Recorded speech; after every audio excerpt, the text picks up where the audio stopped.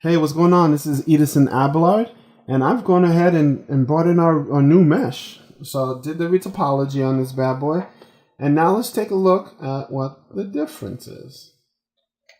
Now, just looking right here, you notice that our bevels are gone. That's fine. Disappointed, but that's fine.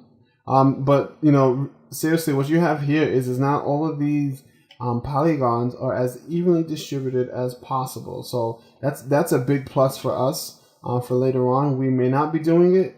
And doing it, I mean, we may not be doing any bumps or any of that stuff on here. If you wanted to, you can definitely do it. But having a nice mesh like this, excuse me, will allow for that.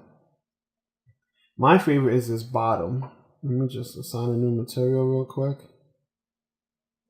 We'll do a Lambert so you don't see that. Perfect. All right, so as you can see now, we have different, this one has been subdivided, but as you can see, this mesh is different. Instead of having this polar point here, now we have, just a better polygon distribution. So what we can do is come in here and add divisions, right? So now as you can see, when we added divisions, it actually maintained that same edge flow. And that's what you really want. You want to have a polygon model that maintains its edge flow. So when you do some subdivisions, you have more room and more quality room to make modifications. I keep saying I'm going to do this. I really do have to eventually make copies of these models.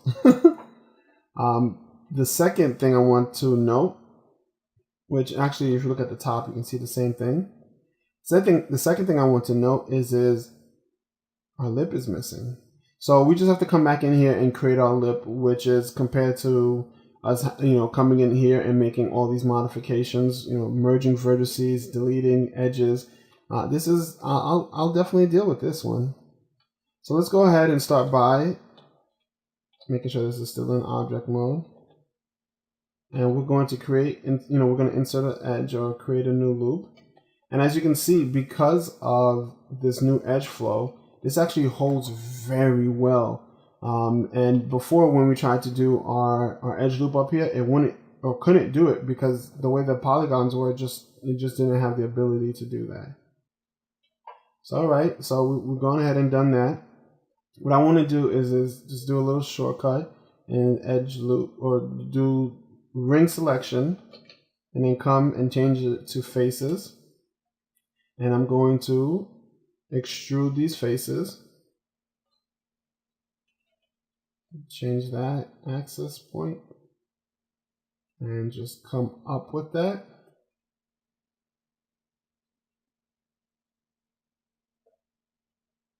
Want to grow it a little bit, you can grow it, but I don't think I'll do that. All right. So the other thing that we have is this juts out a lot more than we wanted to. So we can take these two and just bring them in slightly. Or if we want to, we can actually get rid of this one, but I'll leave this for now. Just eye it, and that brings that in.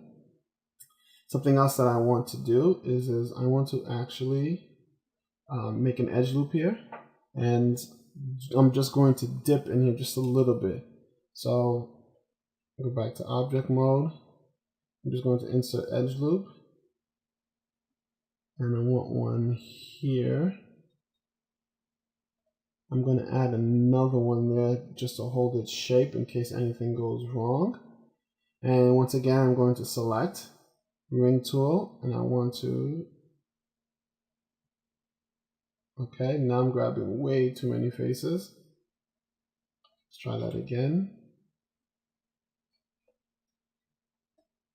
Now this one's a lot harder to tell, but it looks like we're good. I'm just going to change that selection to faces. I'm going to extrude, and I'm going to bring this down. And all this does is it just gives us a little more detail. Bring that down. Yeah, I could have made that a little fatter. Let's go back a few steps, and before I do the selection, let me grab these edges, and I'm just going to bring them in just a little bit. Whoa. Okay, cool. So I'm just going to scale it in. All that's going to do is just bring those edges closer. Right, so we just have a little bit more of an opening. I'm actually going to bring this one out a little bit so we can maintain that edge. Remember, we spoke about, you know, making sure we have enough edge loops to make sure that our edges hold whenever we smooth. And that's all I'm doing now, just making sure our edges hold. I'm going to go into edge selection mode, and I'm going to select these edges again. Select, ring, whoops. There you go. Same thing as before. To faces, make that faces. Go ahead and extrude. And now when we do our extrude, all right, there you go. Now it's just a little better. Now there's just a little more of that lip in there. And if we want to come through, we can scale this down so that, you know, when it does do this, it kind of comes in more. So it bevels, but then it comes, where it extrudes down, but then it comes towards the center a little bit. And I'm just so bevel happy. If you want to, you can bevel these edges. This is just so fine of a detail. Unless you're actually going into, you know, like in this area, you're going to zoom in, you may not need this level of detail, but I just wanted to do it for kicks and show you some more techniques. Let's see, this area, I may want to add another edge loop. Yeah, I do. So let's go ahead and let's add another edge loop in this area. We got to make sure in object mode, insert edge loop, go there.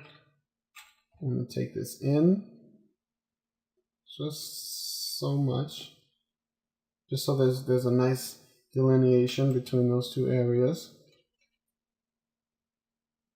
We may need ourselves a little more wiggle room.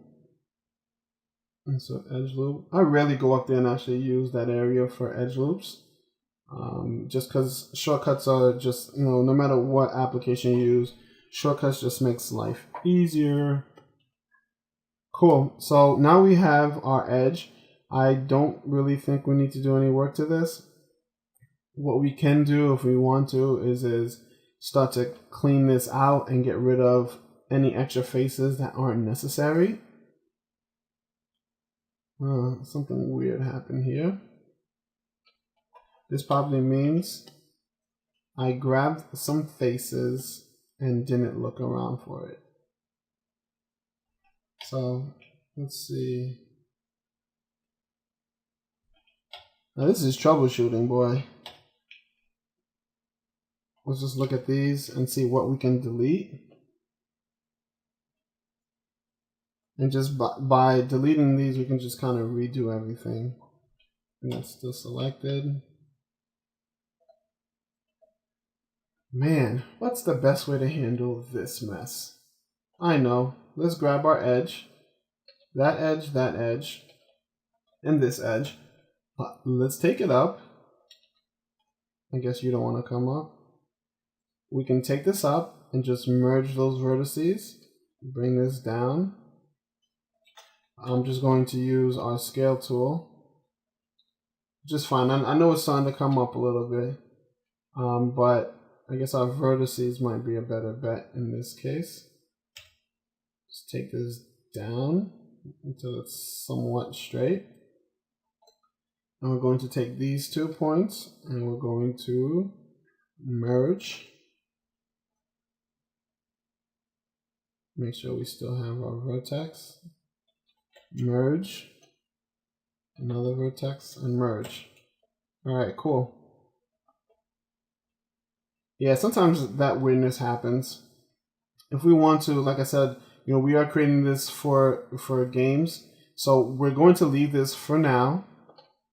But we can come back in here because we're going to do our UVs, and this actually won't, just because of the shape, removing these UVs will not have a, removing these edges won't have a just a dramatic change in our UV shape. So we can do this afterwards.